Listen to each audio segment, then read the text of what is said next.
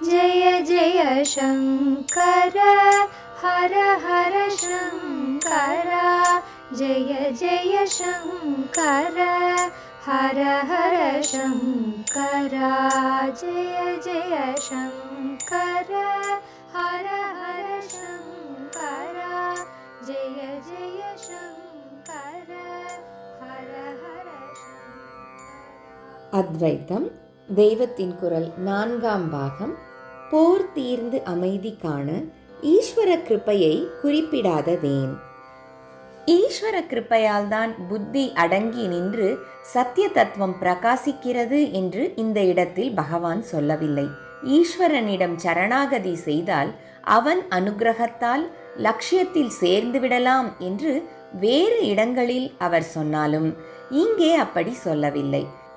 சகுணமான ஈஸ்வரனை கொண்டு வராமல் ஞானமாகவே சொல்லிக் கொண்டு போவதால் இப்படி என்று வைத்துக் கொள்ளலாம். நாம் ஈஸ்வர கிருப்பையை பற்றி சொன்னால் என்ன, சொல்லாவிட்டால் என்ன? அது எப்படியும் தான் பண்ண வேண்டியதை பண்ணிவிட்டு போகிறது. அதுவும் இல்லாமல் ஈஸ்வரன் கிருப்பை பண்ணுவதில் ஜீவன் செய்ய வேண்டியது என்ன இருக்கிறது? இவன் செய்ய வேண்டியதும் செய்யக்கூடியதும் அந்தःகரணத்தை அடக்கி ஒடுக்க முயற்சி பண்ணுவதும் அதற்காக தாபப்படுவதும் தான். இதற்காக இவன் ஈஸ்வரனை கூப்பிடணும் என்று இல்லை. ஈஸ்வரன் என்ற பெயரை சொல்லி இவன் கூப்பிடாவிட்டாலும் இவனுக்குள்ளே அவர் உட்கார்ந்து கொண்டுதானே இருக்கிறார். அதனால் இவனுடைய சாதனையை, சத்தியத்தை அறிவதில் இவனுக்குள்ள ஆர்வத்தை மெச்சி அவர் புரிய வேண்டிய கிருப்பையை அவரே புரிந்துவிட்டு போகிறார். நீதான் கதி என்று சரணாகதி செய்து ஈஸ்வர கிருப்பையை பெறலாம் என்பது வாஸ்தவம்தான். ஆனால் அதுதான் வழி என்று இல்லை.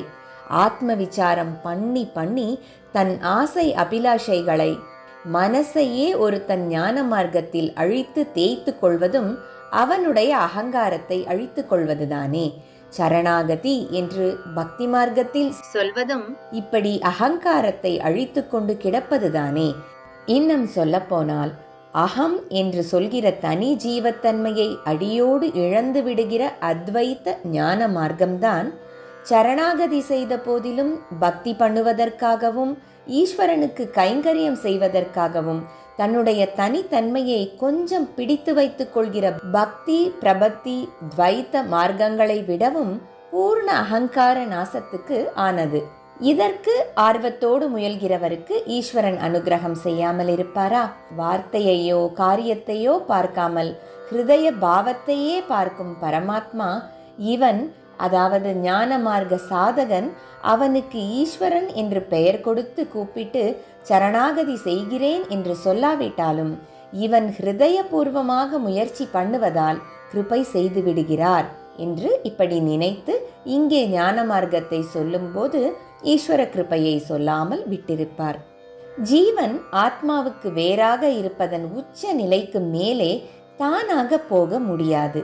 ஏனென்றால் வேறா இருப்பதனாலேயேதான் ஜீவபாவத்தில் தான் என்று நினைக்கிற அந்தःகரணம் முளைக்கிறது. அதிலேதான் மனசும் புத்தியும் அங்கங்கள். அதனால் மனசோ புத்தியோ அந்தःகரணமோ இப்படி நாம் ஆத்மாவுக்கு வேறாக இருக்கப்படாது என்று ஆசைதான் பட்டு அதே நினைப்பாக தவிக்க முடியுமே தவிர வேற்றுமை போன நிலையை வாஸ்தவத்தில் அடைய முடியாது. சூரியனை இருட்டு எப்படி பார்க்க முடியும்? வெளிச்சத்துக்கு வந்தவுடன் தான் இருட்டே அழிந்து போய்விடுமே. இங்கே இருட்டு தானாக தன்னை அழித்து கொள்ளவும் இல்லை. அப்படி ஆத்ம ஜோதிஷில் மாயா இருட்டு மனசு அழிகிறது. மனோபுத்திகள் எட்டக்கூடிய பரம உச்சஸ்தானத்துக்கு மேலே ஒரு ஈஸ்வரன் இருந்து தூக்கிவிட்டால்தான் அந்த உச்சிக்கு எட்டாத ஒன்றுக்கு ஜீவன் போக முடியும் என்பதில் சந்தேகம் இல்லை. அலசி அலசி பார்த்து புரிந்து கொள்ள வேண்டிய விஷயம். அந்தःகரணம் என்பது அடையக்கூடிய எத்தனை உச்சமான நிலையிலும் கூட ஆத்மாவை தொட முடியாது. இது நசித்தால்தான் ஆத்ம சாட்சா்காரமே சாத்தியமாகும். தன்னை தானே அது எப்படி நசிப்பித்து கொள்ள முடியும்? ஒருவன் சூசைட் செய்து கொள்கிறான் என்றால் அப்போது அவனுக்கு வேறேயாக ரிவால்வர், ஒரு முழம் கயிறு என்று எதுவோ ஒன்று இருக்கிறது. கிணற்றில் விழுகிறான் என்றால் ஜலம் என்று ஒன்று மூச்சை அடைக்கிறது. தானே மூக்கை வாயை பொத்திக் கொண்டோ அல்லது மூச்சை விடாமல் அடைத்து கொண்டோ சாகிறான் என்றால் கூட அப்போது சாகிற உடம்புக்கு வேறாக சாக வேண்டும் என்று பிடிவாத சங்கல்பம் என்று ஒன்று இருக்கிறது. உடம்புக்கு வேறாக நிறுத்துமாறு மூச்சு என்று ஒன்று இருக்கிறது.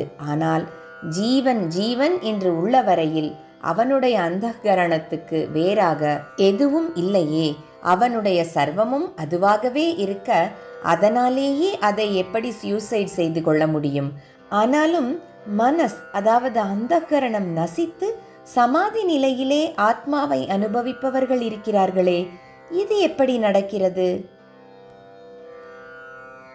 ஈஸ்வரன் துவைத்த அத்வைத்த பாலம். இதற்கு பதில் ஈஸ்வரன் தான், ஈஸ்வர கிருப்பைதான். ஜீவத்வம் ஒரே துவைத்தம், ஆத்மா ஒரே அத்வைத்தம். அதனால் ஜீவத்வத்துக்கு காரணமான மனசையும் ஜீவபாவமற்ற ஆத்மாவையும் சம்பந்தப்படுத்த முடியாமல் இது எப்படி சாத்தியம், அது எப்படி சாத்தியம் என்று கேள்விகள் கேட்கிறோம். இங்கேதான் ஈஸ்வரன் வருகிறான். ஈஸ்வரன் எப்படி இருக்கிறான்?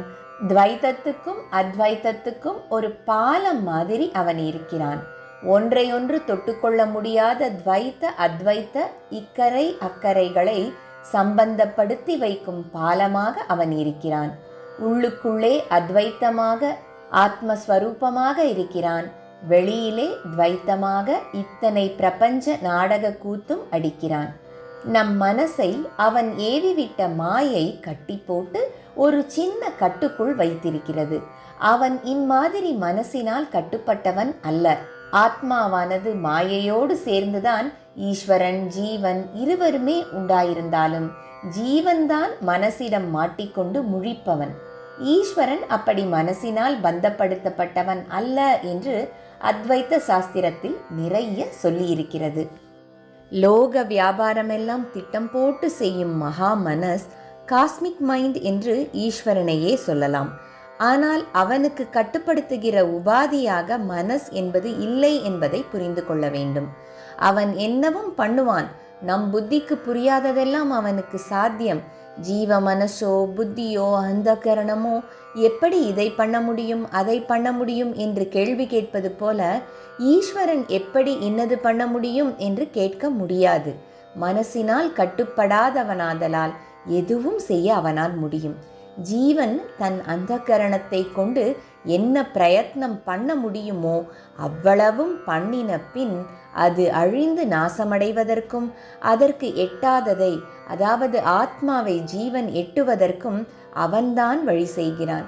ஜீவ பாவத்தின் உச்சிக்கு ஒருத்தன் போய் அங்கே இருந்தும் ஆத்மாவை தொட முடியவில்லை என்று கண்டு கொண்டு ஆத்மானுபவத்துக்கு தவிக்கும் போது ஜீவபாவத்தை அழித்து இந்திரிய மனோபுத்திகளை இல்லாமல் பண்ணி தன்னுடைய உள் ஸ்வரூபமான ஆத்மாவிலே ஐக்கியப்படுத்திக் கொள்கிறான். ஜெய ஜெய சங்கர, ஹரஹர சங்கர, மகாபெரியவாச்சரணம். जय जय शङ्कर हर हर शङ्कर जय जय शङ्कर हर हर शङ्कर जय जय शङ्कर हर हर शङ्कर।